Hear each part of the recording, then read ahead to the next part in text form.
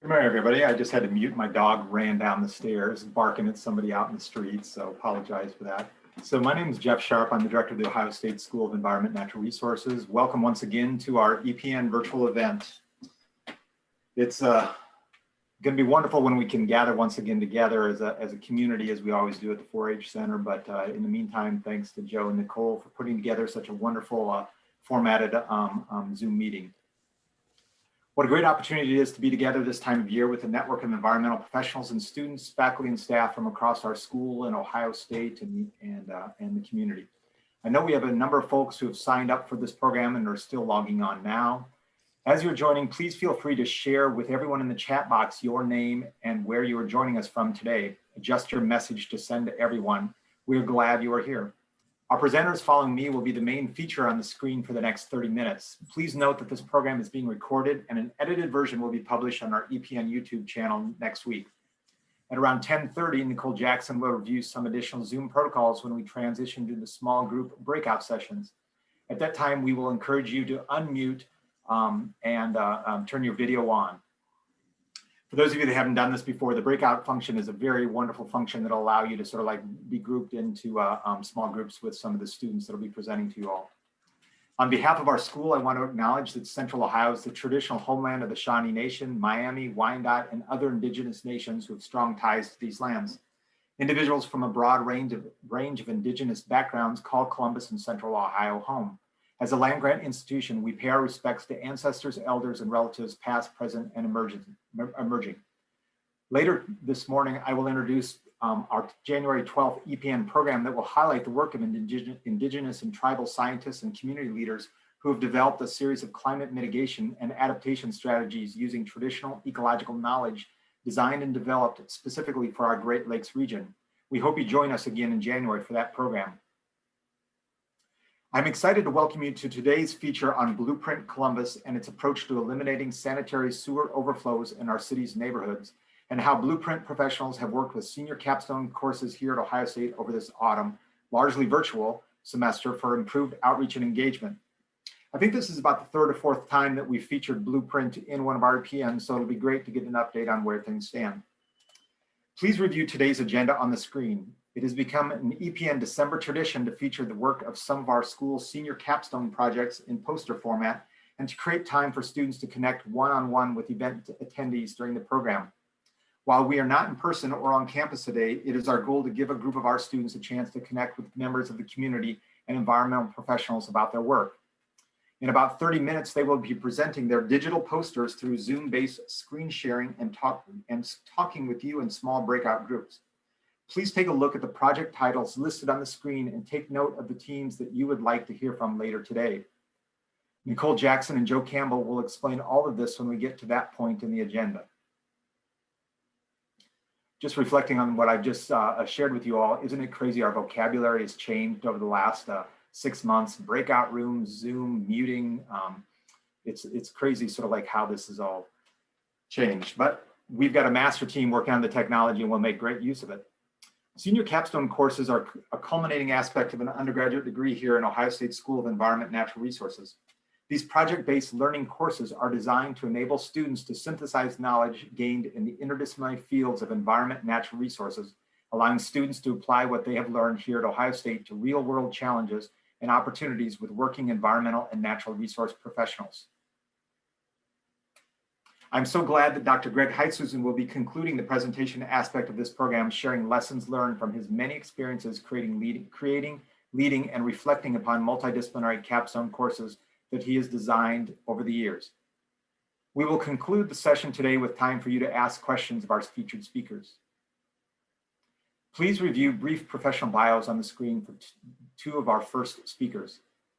Leslie Westerfelt is the communication coordinator for Blueprint Columbus, and Ryan Winston is an assistant professor in the Department of Food, Agricultural, and Biological Engineering and Civil, Environmental, and Geodetic Engineering here at Ohio State.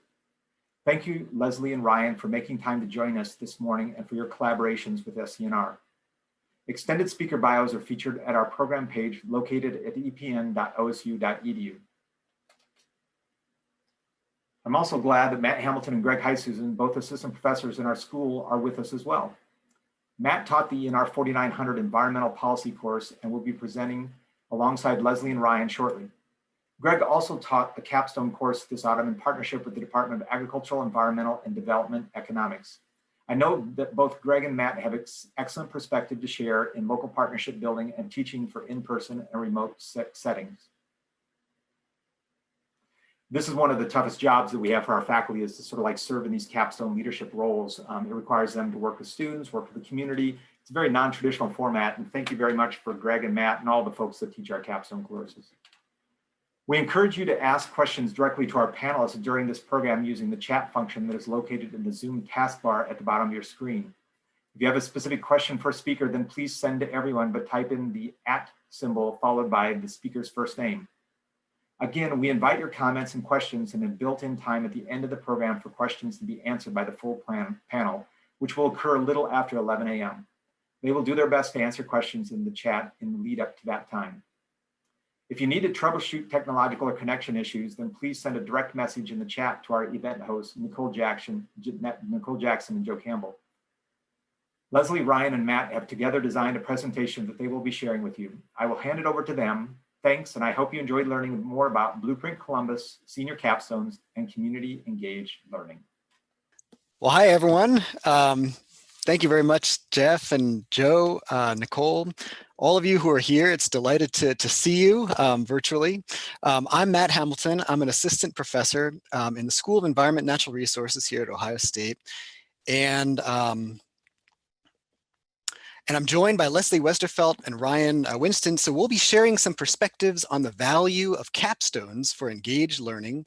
We'll also describe a unique partnership that we've developed that focuses on experiential learning in the context of Blueprint Columbus, which you'll hear about in a little bit more detail in a moment here.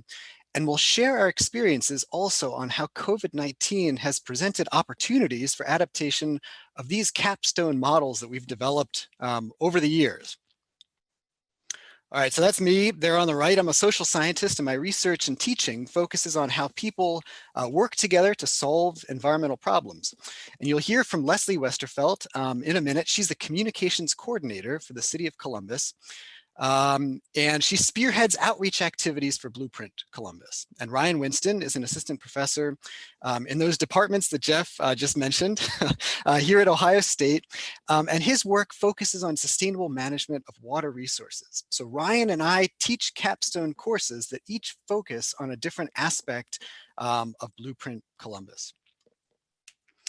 So if you're not familiar with capstone courses, perhaps the best way to describe them is that they are completely unlike conventional courses.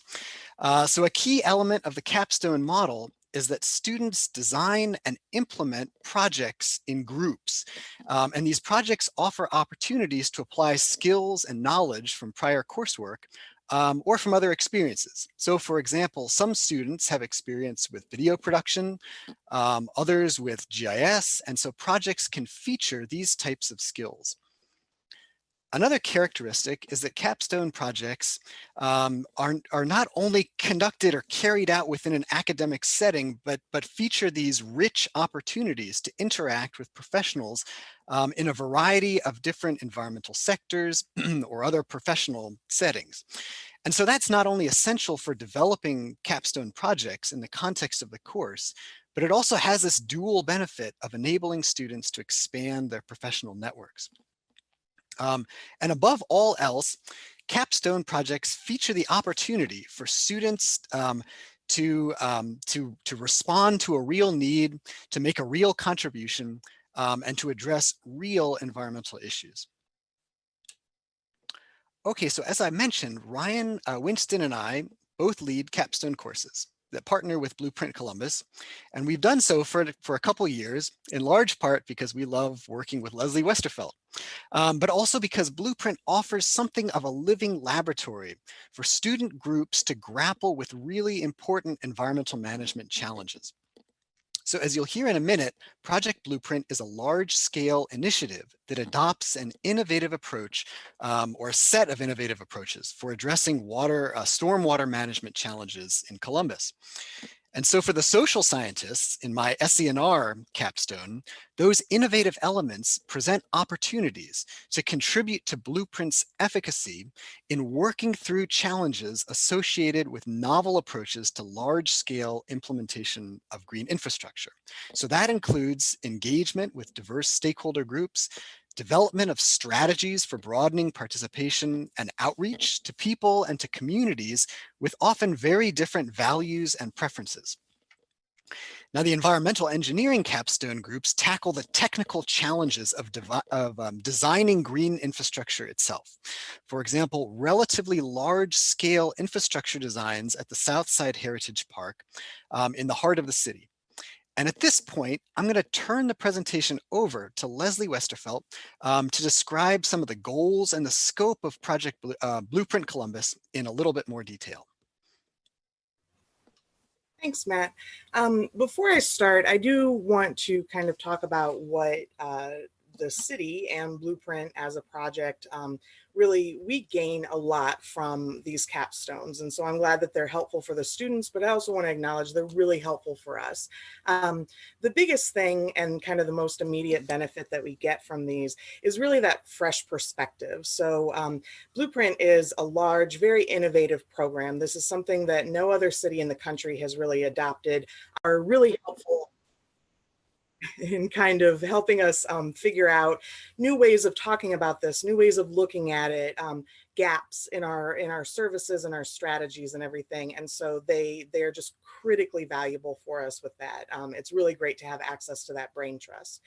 Also, though, you know, the reason that we do this is because we really view this as a professional development opportunity for this new and emerging workforce that ultimately we hope will be working on Blueprint. And so that is both kind of helping them understand the challenges of public infrastructure projects, but also making sure that all of these emerging students are aware of kind of the growing field of green infrastructure and a lot of those things that are encompassed with it. So we get benefits right away, but then also we consider this an investment in our long-term workforce. Next slide, please, Matt. I'm going to go real quick and give kind of a high-level overview in case you're not familiar. So Blueprint is inherently a sanitary sewer overflow project. So what we found in Columbus is we've got a lot of old pipes that are carrying that sanitary waste. And when it rains, that rainwater is getting in through cracks, tree roots, breaks in the lines and everything. And that is causing those sanitary sewers to overflow because they are now carrying sanitary water and storm water, which they weren't built to handle both of those. So that either results in sewer overflow directly into our rivers and streams or basement backups into our homes. Next slide, please, Matt. Obviously, the EPA said, hey, Columbus, you can't keep putting raw sewage in your rivers. And so they put us on a consent order. And so that is really what generated the Blueprint Columbus approach. Blueprint Columbus includes 4 distinct pillars. So lateral lining really kind of solves that problem from the video that we just saw. In addition, sump pumps and roof water redirection, all of that is about getting storm water out to the street where we can control where it goes and what happens to it so that it is not getting into the pipes. And then obviously the most visible aspect of Blueprint Columbus is our green infrastructure. This is where that stormwater management comes from. So we know that we've got a lot of rainwater that was getting into our pipes. If we're going to stop that from happening, we need to give it some additional outlets to drain to. And then also we get the increased benefit by using green infrastructure. We get the added benefit of improving water quality as a whole in our rivers and streams. Next slide, Matt. So Blueprint Columbus is a 30-year project. And so this is why I'm saying not even just these students coming out this year, you know, this is a generational workforce opportunity. So we have 21 project areas throughout Columbus that covers, you know, a little bit over 18,000 acres. We're going to be impacting over 50,000 homes. We have completed our we've almost completed all four pillars in Clintonville 1. So this was our first project area. We broke ground in 2017. If you live in that neighborhood or if you're driving by, just take a jog through and check out the rain gardens. Maybe not this time of year, but in the spring and summer, you know, they have really flushed out, and many of them are 3 to 4 years old now. So we are breaking ground, just as a quick update, we are breaking ground actually this month in North Linden 1, which is our second project area, and then we will be coming to the west for the hilltop. Next slide, Matt.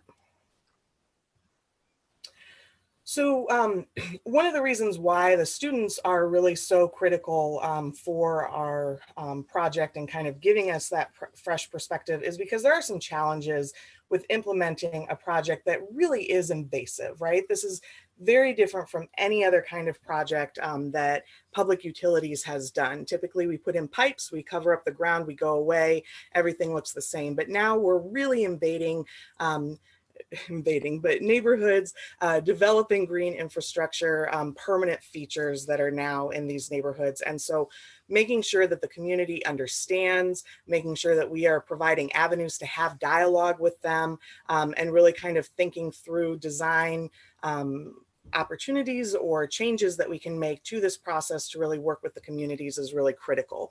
And so this is where particularly the SENR capstone has been really helpful in just helping us think about this differently, think about different kinds of messages that we could use, and then also figuring out ways that we can reach the community, particularly in the curveball that 2020 has thrown us and everybody else.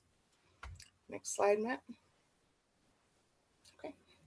Okay, thanks very much. So I'm just going to talk briefly about the partnership that we've had between environmental engineering and Blueprint. This was started prior to me signing on as the faculty lead for the class. It really began in 2015. And what we do is we work with City of Columbus engineers and scientists to help develop a different engineering task or project each year. So this year we focused on the Southside Heritage Park south of downtown and retrofitting in stormwater treatment infrastructure, novel treatment systems, so of various types into that location. And this is really, as we'll show you on the next slide, a soup to nuts effort on the engineering side, looking at the hydrology, the hydraulics, the treatment mechanisms, and the modeling behind these systems.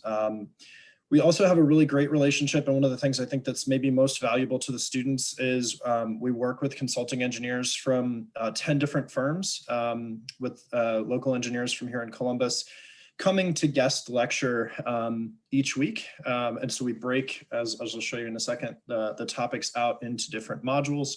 And we have a different guest lecturer come and speak to the class. It's all team-based projects, very similar to what Dr. Hamilton's doing with the SENR capstone group that's focused on Blueprint. And we focus on, as I mentioned, one project. So each group is not given a different project, but we do, as the semester progresses, allow the engineering designs to diverge. So the three groups that we had this semester proposed a variety of treatment practices, including bioretention and wetlands. In the past, we've had porous pavement and other designs proposed. And this really culminates in a final presentation to City of Columbus engineering staff and administrative staff, which actually occurred this morning prior to this presentation. So I think it gives them a really nice real world problem to solve. Next slide, Matt. So just a quick mention of the course design. We do break it out into weekly modules, which was obviously quite nice for the electronic format that we had this semester. We do a background on sort of what is stormwater, what are the problems with stormwater here in Columbus. And then typically we go out and have a field trip and look at a number of the best management practices that have been installed as part of Blueprint Columbus. This year that was an e-field trip. And then from there, we sort of work our way from broad down to very specific in the engineering design. So building out existing data sets, particularly in GIS, and then looking at the hydrology of the watershed, what volumes and rates of flow are we expecting in the design storms that we're interested in, and then how do we actually design the sewers to get the water into and out of our treatment systems. And then from there, the students are allowed to kind of focus on the particular stormwater control measure of interest. This year we had bioretention and constructed wetlands particularly proposed. We do hand calculations to support those designs and then follow up with hydraulic modeling in a software called HydroCAD. And then we really summarize the semester with a constructability and cost estimates. So trying to understand what the total dollar value of the project would be. One of the, I think, interesting additions this year that we'll talk about a bit more is this mock public meeting that we added in collaboration with Dr. Hamilton's capstone groups. And this was really to take the engineering presentations that my students come up with and sort of boil those down into layman's terms. And so we all, Dr. Hamilton, Leslie, and I all put on our acting caps and act as homeowners, essentially, listen to the students present, and then ask them all sorts of oddball questions that you would get at a typical public meeting. So I think that was a really nice addition, particularly for the engineering students who are often sort of with blinders on when it comes to thinking about the equations and the mathematics behind the design of these systems. So I'll pass it off to you, Dr. Hamilton. All right, thank you. Yeah, so the SCNR capstone began partnering with Blueprint Columbus 3 years ago. And over the years, capstone projects have really tackled a variety of challenges, but these projects have always shared kind of a common focus on stakeholder engagement. So I mentioned before that Blueprint Columbus offers something of a living laboratory for learning about environmental problem solving. And in part, that's because of the scale, or that's because the scale of Blueprint's ambition and creativity in addressing stormwater management must really be matched by an equally ambitious approach for engaging these diverse stakeholder groups that are affected or otherwise involved in the project. So Columbus is a very diverse city. And if we just consider the residents of neighborhoods in which Blueprint is active, people really vary significantly in their understanding of water quality issues, their aesthetic values, their trust in government, and so on. And so if Blueprint is to be successful over the long term, well, the project must engage all these people. And so some social scientists like me conceptualize engagement as sort of a scale, like what you see in this diagram here that's known as Arnstein's ladder of participation. And the idea is that as you work up each rung, local stakeholder engagement becomes progressively more meaningful. And in many ways, the SCNR capstone projects aim to elevate engagement along these lines. So how do they do it? Well, I'm reluctant to steal the thunder of the groups that you'll hear from in a minute. So I'll just mention a few examples from prior years. So on the left here, you'll see a screenshot of a video that one group produced as part of a set of outreach materials that aim to educate and dispel myths about permeable pavement. So this video included interviews as well as an animation of how permeable pavement works. And permeable pavement is a key element of green infrastructure, but one in which Blueprint has encountered some resistance when replacing streets with it. And so the expectation is that these types of materials would help local residents understand the value of permeable pavement and the city's justification for all the noise and disruption that's inevitable when installing it. Another group developed materials to engage and educate the public on the impacts of Blueprint Columbus. And so one of these products was a set of story maps that take viewers on a tour of Columbus neighborhoods where Blueprint Columbus is being implemented, really highlighting the value of green infrastructure on the way. And another project collected and analyzed data on grassroots networks. And as part of that project, students collected and analyzed information from Facebook to demonstrate the relationship between heavy rain events and the types of comments that residents in Blueprint neighborhoods posted online about green infrastructure and about Blueprint Columbus more generally. So over the past couple of years, we've developed a pretty good model for how the capstone experience could be developed. And of course, this year has been different in many different ways. And so we just wanted to share some of our reflections on how COVID-19 has presented opportunities for adaptation of these capstone models that we've developed. So I'm going to hand the presentation back over to Dr. Winston to explain how the environmental engineering course has adapted. Okay, thank you. So we really, as you might expect, conducted almost the entire course this semester over Zoom, and that was a big challenge, a big change from the past. It's difficult to get across some of the engineering concepts and calculations in that format. So that was something that we sort of struggled with and grappled with during this semester. Another thing that we struggled with was sort of the networking time that's built in between city staff and consulting engineers that come in to speak. It's just a little bit more awkward and difficult to do over this electronic format than it is when you're in person. Another thing that we did, I thought that was helpful to the students, because the students are experiencing a very different sort of senior capstone experience than they expected to. And so one of the things that we did was we added in some time for the guest lecturers to speak on how COVID is impacting their practice, their engineering practice. And so it was interesting to hear kind of all the changes that they're going through. I think that helped the students to understand that, it's not just them experiencing this sort of strange last semester to culminating last semester to their time here at OSU. Dr. Hamilton, pass it back to you. So thank you. On our end, the SENR capstone also went virtual.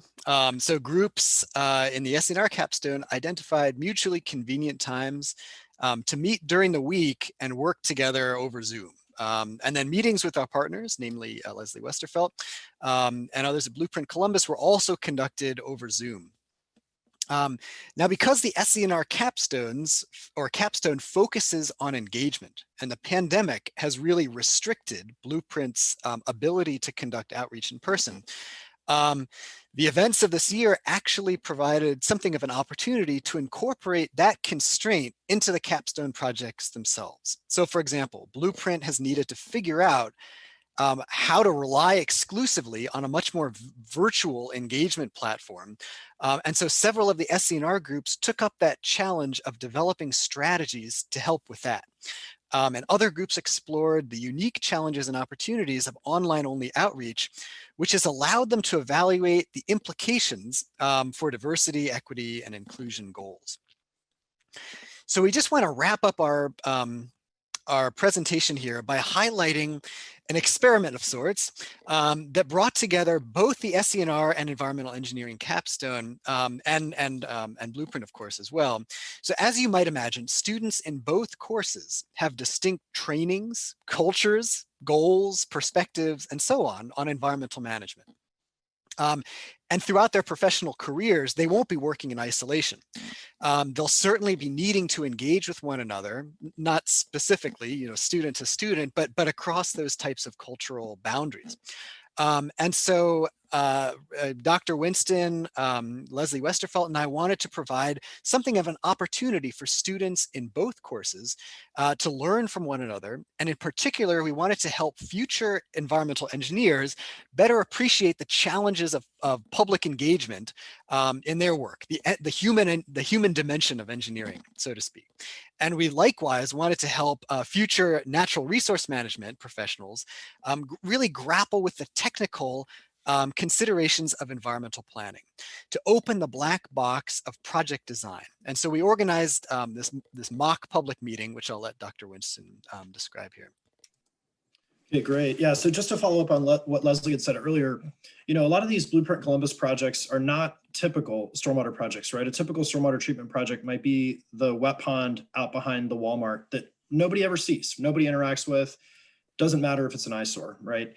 When you're putting these stormwater treatment facilities in someone's front yard or in the street in front of their house, there is a necessity and an absolutely critical piece is that public engagement piece, right? If you can't get buy-in from the community, the project is dead in the water. And so this mock public meeting was really instituted to try to help our students on the environmental engineering side to understand that fact, right? Particularly for stormwater treatment, these systems are going to be front of mind and in front of people's faces as they pull into their driveways. So the idea was my students developed a technical presentation that looked very similar to the one that they gave to the City of Columbus this morning. And they handed that off to the SENR students. And the SENR students then took that presentation and their talents and all the knowledge that they've garnered over the last 4 or so years at OSU, and really took that to boiled it down to what's needed for Joe and Jane homeowner, right? That are going to be interested in, why are you putting the system in front of my house? Why is this the critical point? You know, is this going to bring rats? All the sorts of questions, the crazy questions that homeowners ask at an actual public meeting that Leslie and her colleagues have to attempt to answer and in some cases deflect. So, you know, for my students, this was a hugely valuable experience. I think it brings forth a lot of the real world challenges that we really don't see when we're looking through a textbook and solving equations. It's just not something that the students get much in the way of experience with. So I think this is something that Dr. Hamilton and I and Leslie are looking to continue to evolve over the coming years, perhaps spend more time in trying to get our students to engage with one another and really ruminate on the solutions that are best to try to present what is technically challenging information to people who might be lawyers or doctors and have very little background on the technicalities of the civil engineering that's involved with these solutions.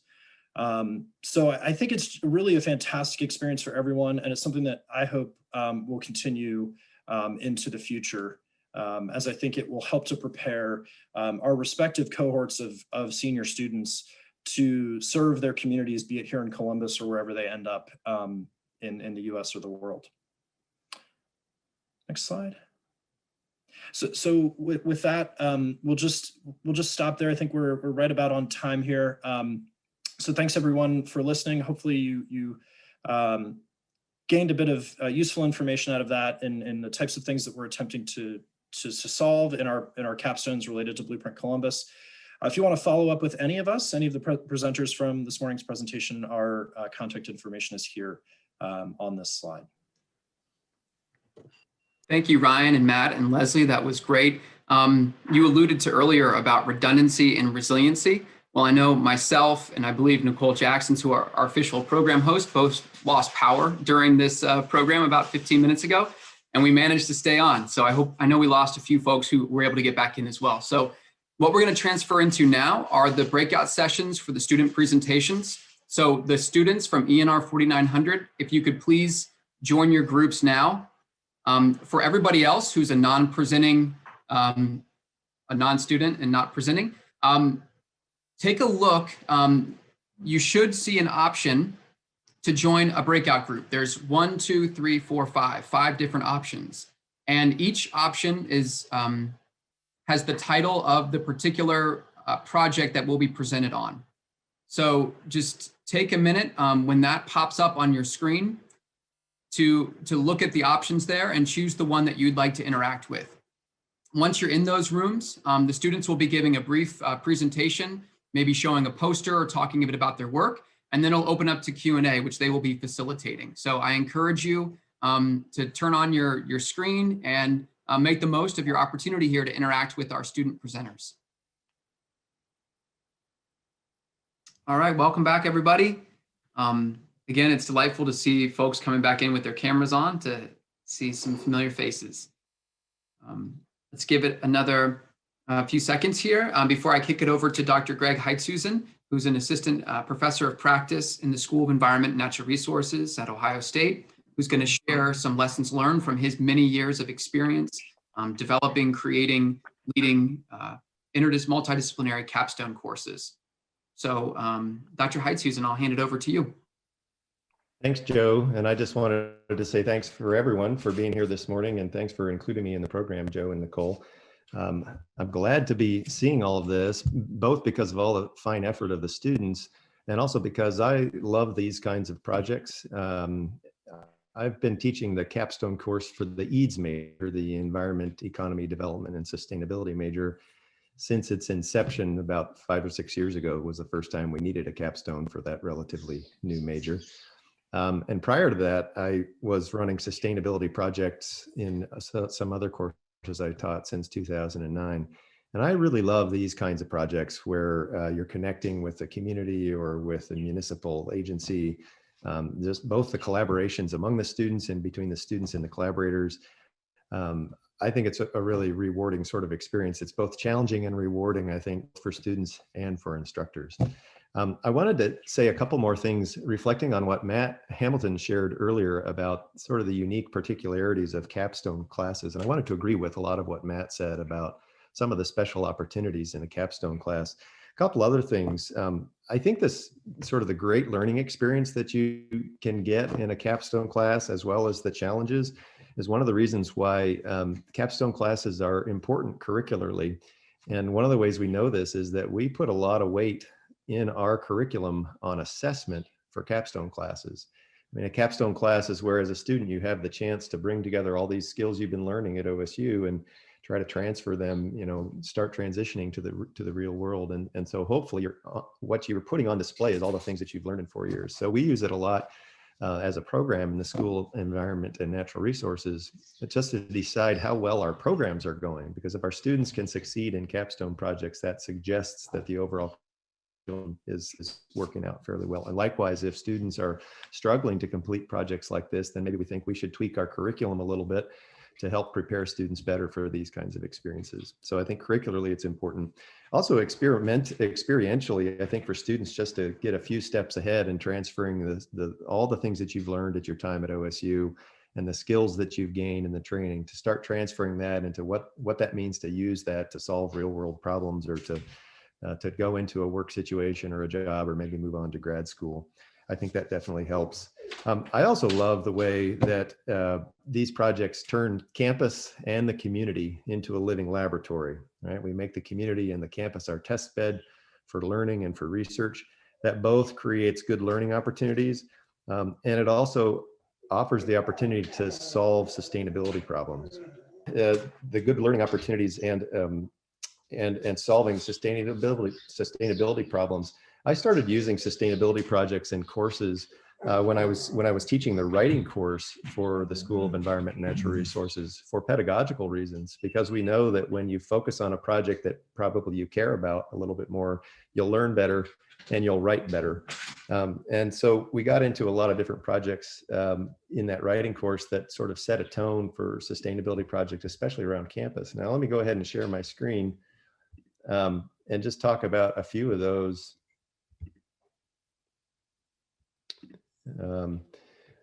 That might be noticeable or not. The first one, we actually had a group that was proposing putting solar panels on the south face of the Ohio Stadium.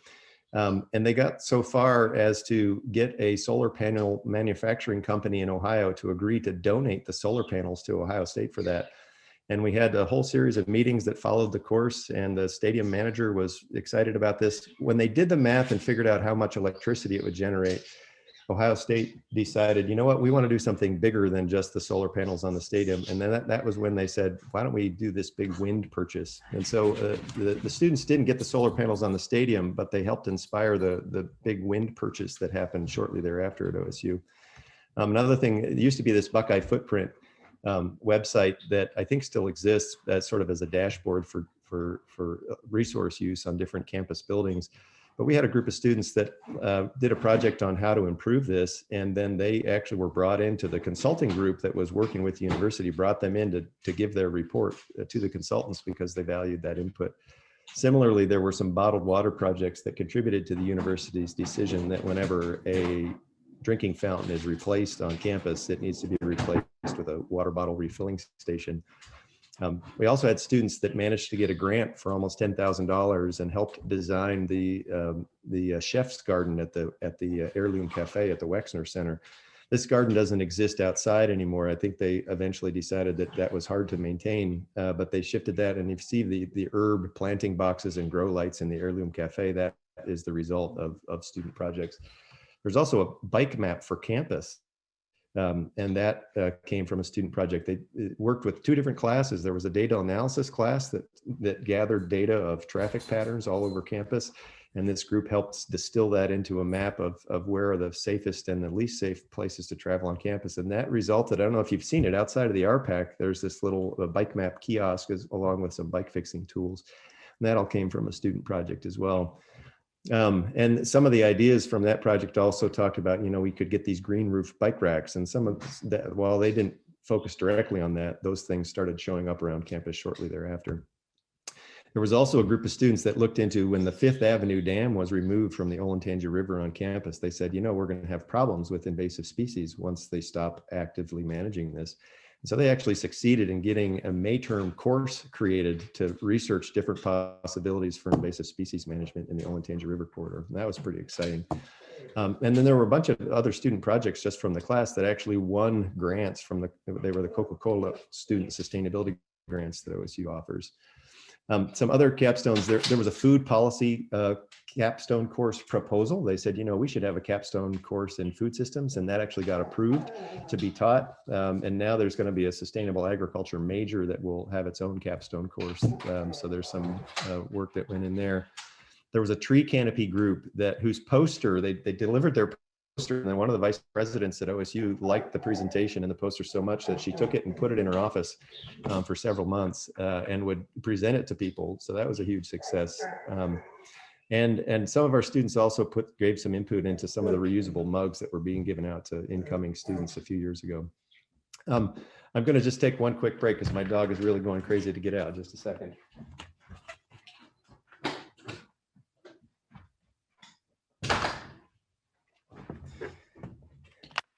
Can't imagine letting a dog not go out for that long.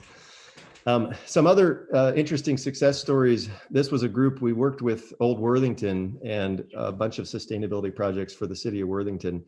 And then we got feedback a couple of years later from the Old Worthington partnership that said that one of the plans that the students had created, which was this route from along 161 from the bike path up north of Antrim Park all the way up to High Street. They had proposed a series of signage to improve that bike route, and this got implemented by the city of Worthington as the students proposed it a couple of years later. They took the budget, they paid for everything, and they were able to make those changes. So that was pretty exciting. There's been just a whole range of other things. We worked a lot with Smart Columbus, and we allied with a couple of different engineering courses. Chemical and biomolecular engineering capstone class, as well as a environmental engineering class, and worked on some Smart Columbus projects, whether that's been dealing with transportation equity questions around scooters or the docked bikes and what was the fate of docked bikes versus dockless bike systems. Students were weighing in on that as those were changing issues. Looking at energy efficiency programs in low-income neighborhoods, looking at trying to help Columbus solve problems around infant mortality and some of the transportation issues around that. We've partnered with Bexley in helping them with some of their recycling programs. And this one up at the top here in the center, the OSU was citing out where we could install solar panels around campus, and the group had some input into that last year. So last couple projects, we had one group that went into Grandview and ground truthed the possibilities for EV charging infrastructure in Grandview when Smart Columbus was needing to start installing EV chargers as per their grand plans for the Central Ohio area. So they actually went through and found the places where it would be easiest to install and would make the most sense to install in proximity to businesses and restaurants where people with electric cars would be likely to frequent. They did such a good job on that we got an offer from OSU Transportation and Traffic Management to hire those students over the summer to do the same project on campus. And unfortunately, all of those students already had jobs for the summer, so they were unable to accept the offer. But we've worked with Yellow Cab as well, and also informing the OSU Green Build standards, which are changing. So there's been a lot of excitement around that. Joe, how much time do I have? Are we down to? If you could wrap up now, that would be great. Okay, so I'll leave it at that as just an image of some of the projects. It's constantly exciting. I'll just say that I think it's an outstanding opportunity for students because it's a lot like working a consulting job where a lot of your communication is long distance and remote. So learning the skills of how to manage that. I also think is a lot of good practice in terms of doing a team project and on Zoom, similarly, where you have to figure out how to work with the team across distance. And I also think the practice like the students are getting this morning in doing online presentations using PowerPoint through Zoom, these are skills that we're increasingly going to need to use. I think there's a couple fun things. It's actually been easier to have meetings with collaborators from far away or in the city because you just got to tune in from your office.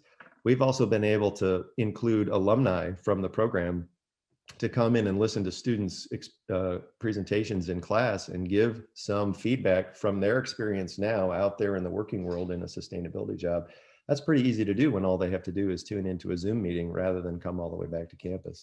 So I think there's been a lot of kind of cool things, especially that thing with connecting with more alums. It helps build a network as well. And I think that's been a real benefit to all of us, both to hear what we can learn from our previous students and to maintain those kinds of connections to the real world. So anyway, I think it's been a really rich opportunity. I think we're all sort of scrambling still to deal with the online realities and COVID, but I think there's been a lot of really professional work that I've seen my students do, and I saw reflected here this morning in the students that presented. And I think that's really encouraging. I'm glad I think it's a good training ground for all of us. So again, thanks, Joe, for inviting me. Just a few reflections on my end. And I think we've learned a lot from these experiments, and I'll look forward to seeing us develop further. Great. Thanks so much, Greg. And I encourage you, for those who have questions for our speakers, this is our time in the program. We have about 10 minutes for questions. So feel free to type those into the chat box. And you can also ask those questions towards students or student teams as well. Just indicate using the @ sign who you're directing your question to. I do want to build on something that Greg talked about, which is the relationship with collaborators, those who are outside of the classroom. So my question is going to start with Leslie. Leslie, what has your experience been like in working with a semester-long capstone project? What are some, for those that might be joining the call from outside of the university that might be considering a partnership with an Ohio State capstone course, what are some recommendations or lessons learned that you have? Sure. So, I think I touched on some of the value during the presentation, but I mean, one thing that I have found immensely helpful is, most of us, in your day-to-day, you've got a laundry list of, kind of those deep thinking projects, right? So areas where you just want to gain some more knowledge or kind of really do a deep dive and try and stretch this out. But when you're managing a program, and especially when you're doing frontline government work, those kind of deep thinking projects will always kind of play second fiddle to the daily demands of responding to constituents and things like that. And so what's been so valuable for us is when we're working with the students, and because they have a semester that they can, really kind of do that deep dive, we can give them those kind of projects where we need, somebody to just kind of do the research, right? And collect the information and kind of think through it for us. And so that's been really helpful, again, at filling our gaps and making sure that, we aren't kind of missing opportunities because we're not able to kind of stay up on, the latest and greatest, for example, in communication practices and things like that. And I wouldn't necessarily say that this is a con, but, one thing that I would like to emphasize is a semester seems really long until you get to the end of it and you realize, oh my gosh, that whole thing flew right by. And so I think that, one of the challenges with working with a capstone is, particularly if you are using them to fill a need, which, we definitely try to do, that just kind of recognizing that there is a time intensity, in terms of working with the students to get them the information or the materials that they need. And that can be challenging sometimes. And then also recognizing that, that semester will be gone before you realize it. And then you'll be like, oh, but wait, I wanted you to have this, that, and the other. But, overall, it's really rewarding. And once again, especially if you can use it to just kind of fill in these little pieces that your staff doesn't have the time to devote to, it's really great to get that kind of collective brain trust, especially from an institution like OSU, where we know that, we've got quality students and then quality products coming out of these capstones. Thank you, Leslie. There's some great questions being proposed there in the chat box, so feel free to monitor that. And if you want to go ahead and ask a question, please do. I'm going to hand it over to Ryan to talk a little bit about what it's like working in a multidisciplinary setting. So you talked a bit about the engineering students, they're learning to do some of these applied mathematical modeling work. How did that transfer over, and how did you teach working with the non-engineering students? Yeah, so I think it's a really great question. So a bit of background before I answer the question. Both of my parents spent 30 years as sociology faculty members at 2 different universities. So I grew up with social science at the dinner table every night. And so when Dr. Hamilton came and said, hey, I really want to do this collaboration, I was like, yeah, let's do this thing, right? Because I kind of find that side of things really fascinating, even though it's not what I spend my days working on. So, I think the collaboration this year can certainly be improved on in the future. This was kind of a first go at it. And I think one of the things that Dr. Hamilton and I in the future are going to be really focused on is trying to get more collaboration and integration to happen between our 2 cohorts of students. I think that there certainly could be more sort of interaction and sort of marinating of ideas that could happen than what we had happen this semester. As I mentioned earlier, I think and I think Leslie's mentioned this as well, I think it's just really critical on our end in the civil engineering side of things to take into account the social aspects of our designs. In some cases, they're pretty minimal, right? If we're doing some improvement to the drinking water treatment plant, nobody's really interacting with that on a day-to-day basis. But if we're building a bridge, or if we're doing these stormwater retrofits in someone's front yard, that is really where we need to understand and have a plan for the social science side of things. So I've really enjoyed it. I'll hear back from my students in the SEIs, but I hope that they enjoyed it as well. I think that it's a really valuable value add to our capstone as a whole. We have a question in the chat for, pardon me, for group 1 from Joe Heimlich, saying, did the students use any of the advocacy groups such as National Federation of the Blind, Autism Society, which have very clear recommendations for web access and web-based resources? Oh, and then Andrew typed a response to me privately. Maybe Andrew, can you unmute yourself and tell the group? Sorry, I meant to make that a public message. Yeah, so to create the guidelines for the website, we used the World Wide Web Consortium as well as guidelines from UC Berkeley. But the websites that Joe also proposed sound like really good resources that we could have used too. We'll have to take a look at them.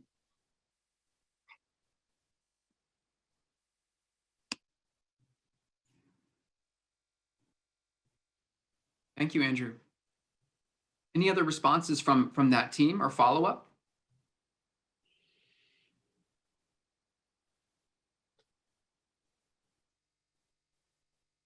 Okay. Well, I do want to throw a question over to Leslie again, and possibly Matt as well. What's next? What comes after this semester? It's December 2020. Where do you see things going in terms of onboarding the work from this semester's class? Well, I can tell you that this semester was really interesting because everything was really kind of focused on those electronic outreach materials. And I was really, really impressed this year with the students because as when you're working, with the public, when you're doing things that are fast paced and we're beholden to obviously other people's schedules, whenever we get documents back that are like, a 50-page report, right, that's going to sit on the shelf. But this year, the students were just really effective in kind of giving us checklists and really condensing that information down into concise summaries. And as I was reading it, and as I'm sure many of the students saw the comments from myself and my counterpart, Tiffany, there were several moments where we were like, oh my gosh, this could apply to other programs that we're doing. And oh, this is perfect. Like I can take this to our director, right? And just use this document as it is to, you know, kind of propose or try to get things. And so I actually, this week, we've got a staff meeting. I plan on reviewing all of the student proposals with our Office of Sustainability, because I think that there's a lot of applicability to other sustainable projects that we have going on throughout the city. So very excited to be implementing this, and also very grateful that the students really broke this down for us, not only in terms of what they thought that we should be doing, but then also how they thought we should be doing it, and broke it out into really manageable bite-sized chunks for us that'll be much easier to implement. So I'm very excited about, I see applicability with everything that we received this year moving forward, not just for myself, but then also for our entire office. I'll just add a couple notes to that too. For my part, I'd just like to say that I was impressed with the students this year, and how attentive you all were to really thinking about how these projects and specific products fit and align with goals of what is essentially a totally external organization. It's an organization that, and kind of a culture and a way of working that you probably weren't familiar with at the beginning of the semester. And that requires being able to sort of project and to really understand, how the kind of the scope and the goals of a very different type of organization. So that was really terrific to see. I also just wanted to point out, we've been working, the SENR capstone, or the one that I lead, has been working with Leslie Westerfelt and Tiffany, her colleague who's here too, for a couple years. And that might sort of raise the question, well, are these student projects just sort of, reinventing the wheel over and over? And actually, it's sort of the opposite, is they do qualitatively different work each year, to the point where I'm reflecting now that there are kind of untapped opportunities to really start to sort of synthesize a little bit more, but between these projects, which is not to say do things in the interstitial spaces between activities from prior years, but really think about how to sort of leverage and build up in a more in different ways. So that's what I'll be thinking about after this semester. Well, and I would also like to acknowledge, we've got the benefit of a 30-year project. And as it moves in, each neighborhood with Blueprint is going to have different needs. It's got a different demographic. And it constantly, through Blueprint, every year we are constantly kind of tweaking things in terms of how we engage with the residents, what our design standards are, what kind of education, constantly refining that. And so that is a benefit to having these really long-term projects, is this material never gets stale. We're never done, right? Every year we have new challenges that we are asking the capstone students to rise to help us fill in those gaps. Great, thank you so much. Thank you for everyone who presented. I'm going to hand it over to Dr. Sharp, who's going to conclude things for today. So thank you, Leslie, Ryan, Greg, and Matt. This has been a great session. It's pretty impressive. I was not aware of how close the collaboration was with environmental engineering, and it's great to see the connection between different programs like this. So really appreciate the guidance and the insight that you've provided today. As is our EPN tradition, we want to recognize all of you with the certificate of appreciation and thanks for your participation today, albeit in electronic form. You, along with many environmental professionals who participated today, are helping us learn for life and to positively shape our world. I also want to give a very special thank you to all the ENR 4900 senior capstone students for sharing your semester-long work and providing comments today. The 2 breakout sessions I attended were very well done. Please note that the EPN returns in the new year on the morning of Tuesday, January 12th. I am particularly excited about this program that's coming up. Joe's been planning it for quite a while now, and I'm excited for us being able to share it with you all.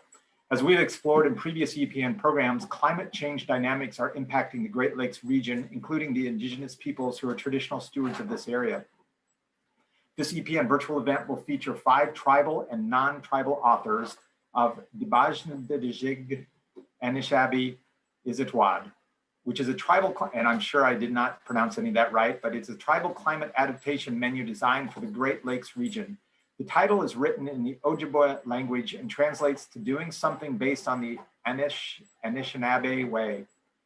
Our speakers will share about their process for co-developing the menu and how it is used to actively reshape landscapes through indigenous cultural lenses and traditional ecological practices.